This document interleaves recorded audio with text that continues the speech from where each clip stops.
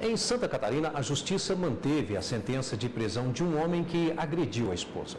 Com as alterações na Lei Maria da Penha, mesmo que a mulher agredida queira suspender o processo, a Justiça segue com o julgamento.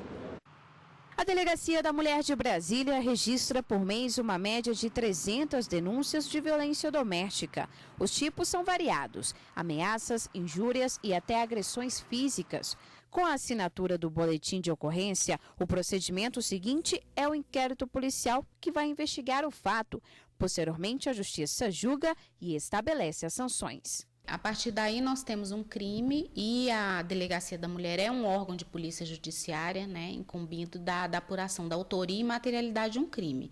Então, é tratado dessa forma, é instaurado um inquérito policial e a partir daí nós vamos colher todos os elementos de prova para atestar o que realmente aconteceu naquela situação e submeter isso ao Judiciário e ao Ministério Público. Mas a mulher vítima de violência pode voltar atrás na denúncia? Esse foi um dos avanços da lei, ao estabelecer que hoje não é mais permitido que uma mulher, uma vez feito o registro de uma ocorrência policial, que ela desista desse registro aqui na esfera policial. Mesmo assim, algumas mulheres recuam e tentam desistir da acusação feita ao agressor. Isso porque 80% das agredidas não querem que o autor da violência seja punido com a prisão. O dado é de uma pesquisa do Ministério da Justiça que revela ainda: 40% preferem que os agressores sejam encaminhados para psicólogos ou assistentes sociais. 30% acham que eles deveriam frequentar grupos de agressores para se conscientizarem e 10% opinaram que a melhor alternativa penal seria a prestação de serviços à comunidade. Os pesquisadores também apuraram que 9% dessas mulheres acreditam que tenham feito alguma coisa errada que contribuiu para a agressão.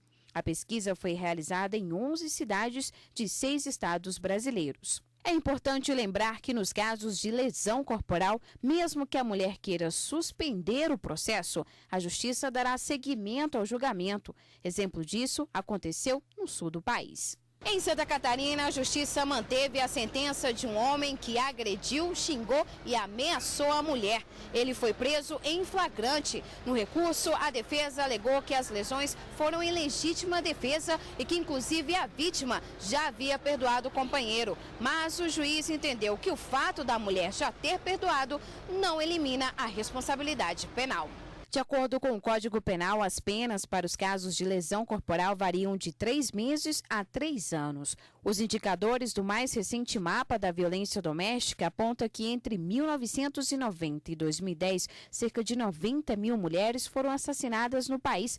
A taxa é de 4,4 mortes para cada 100 mil mulheres. O Brasil ocupa a 7ª colocação em uma lista de 84 países com maior índice de assassinatos. A legislação que tipificou o feminicídio, ela veio reafirmar o compromisso do Estado brasileiro em combater esse tipo de delito, em combater a violência contra a mulher e certamente vai ensejar maiores discussões, assim como a Lei Maria da Penha, no sentido de que nós cada vez mais enfrentemos esse tipo de violência.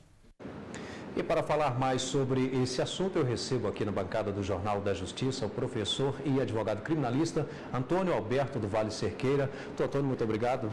Boa noite. Bom, esse é um assunto que sempre gera uma certa discussão. As pessoas sabem, claro, da existência da Lei Maria da Penha, foi tão divulgada, mas às vezes não conhecem alguns detalhes, E aqui nós vamos tentar esclarecer alguns pontos. Por exemplo, a partir do momento que a mulher faz, então, a ocorrência, quem assume agora? A Polícia Civil, o Ministério Público? Não tem mais jeito de recuar dessa ocorrência lá na delegacia? Bom, é importante lembrar o contexto sob o qual foi criada a Lei Maria da Penha. O nome, inclusive, veio homenagear a senhora Maria da Penha, que foi uma vítima cruel de violência doméstica contra a mulher.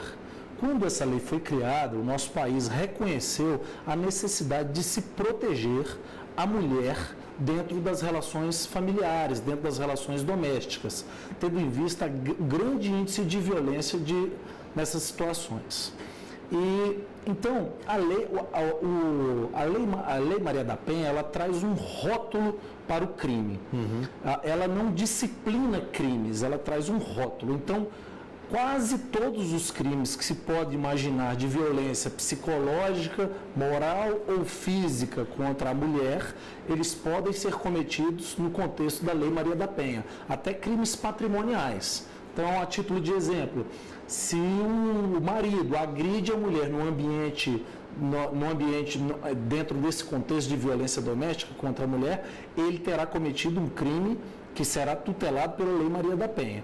E aí o ônus maior é um ônus processual. Essa lei, ela disciplina algumas dificuldades que não existiriam em crimes que não sejam praticados contra a mulher. Doutor Antônio, o senhor citou um ponto interessante. Bom, isso no ambiente familiar, né? Digamos ali, o marido, a esposa, talvez até, e aí me esclareça, o filho com a mãe, que agride a mãe, por exemplo, né? Mas não necessariamente naquele ambiente familiar, mas, por exemplo, 2 casos, uma namorada ou uma ex-esposa.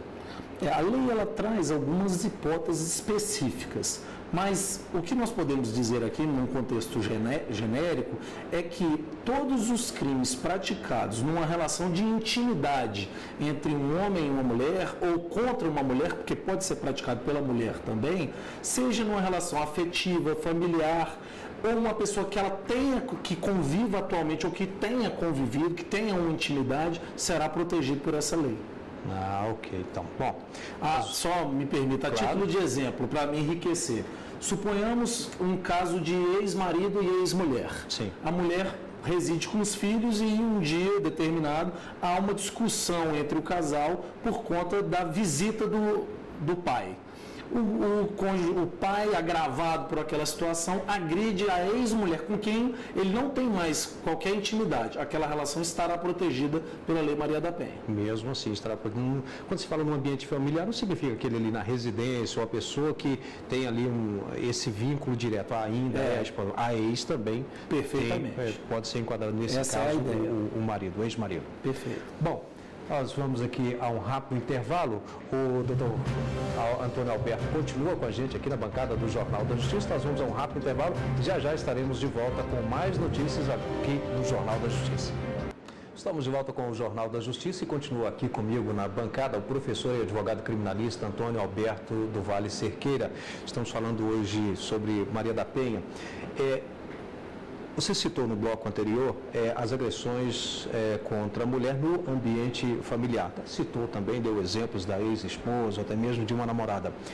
Mas e quando a agressão à mulher ocorre fora desse contexto, ambiente familiar, ou seja, até mesmo, digamos que numa parada de ônibus, um homem agrida uma mulher? Nestes casos... Se enquadra nesse caso Maria da Penha ou uma outra lei? Não. Nestes casos, aí será um crime normal, salvo se essa agressão for capturada como uma tentativa ou, de fato, um homicídio. Aí o ordenamento jurídico brasileiro acolheu, neste ano, uma alteração legislativa no artigo 121 do Código Penal, que criou aqui no Brasil a figura do feminicídio. Feminicídio é o homicídio consumado ou tentado contra a figura da mulher em 2 condições. A primeira delas, porque em um contexto de violência doméstica ou familiar contra a mulher. É o contexto da Lei Maria da Penha. E a segunda é um crime de gênero. O crime é praticado, o homicídio ou a sua tentativa é praticado exclusivamente por conta da condição de mulher. E não há, alguns até colocam esse ponto. Precisa, no caso, se a mulher tiver de fato morrido, aí sim entra no feminicídio, mas não, apenas a tentativa já de homicídio pode dar margem justamente para o feminicídio. Não chega a ser necessariamente um agravante, mas tem, quer dizer, pode ser, né, um agravante à lei da Maria da Penha, né? Traz aí agravantes. A alteração legislativa no artigo 121, ela classificou o feminicídio como uma espécie de homicídio qualificado. Exatamente por conta desta qualificação, ele se tornou também automaticamente um crime hediondo. Agora, essa lei ela trouxe uma outra alteração que traz um agravamento de pena em algumas condições específicas, que é quando o crime for cometido contra uma mulher menor de 14 anos ou maior de 60, ou em uma outra situação... Grávida, por exemplo? Que ela está grávida ou teve o filho até há 3 meses. Nessas condições, a lei impõe um agravamento da pena maior do que aquele decorrente do homicídio qualificado. Doutor Antônio, mais uma pergunta, ainda em relação à reportagem que nós mostramos aqui no bloco anterior, em que o Tribunal de Justiça acabou não permitindo que a mulher retirasse. Quer dizer, sim, retira, mas o processo continua e ele pode, inclusive, ser condenado. Por que isso ocorre? Bom, antes de falar nisso, temos que fazer um breve prólogo para explicar um fato. Os crimes, eles são divididos na forma da sua gravidade. Para crimes mais, vamos dizer assim, menos, com potencial lesivo menor, o legislador muitas vezes opta que a própria vítima, ela tome a dianteira, ela assuma o ônus de processar criminalmente o seu ofensor. Ou não, né? Ou não. É o caso, por exemplo, de crimes contra a honra, xingamentos, ofensas, etc. Ocorre que houve uma discussão jurídica e essa discussão acabou pacificada pelo STJ, porque a lei ela não disciplinava muito bem essa situação. E o STJ clarificou isso e disse o seguinte: quando o crime contra a mulher for praticado com violência, aí a ação penal se torna aquela chamada pública incondicionada, ou seja, sai das mãos da ofendida a capacidade de escolher se o seu parceiro, se o seu ofensor será processado ou não.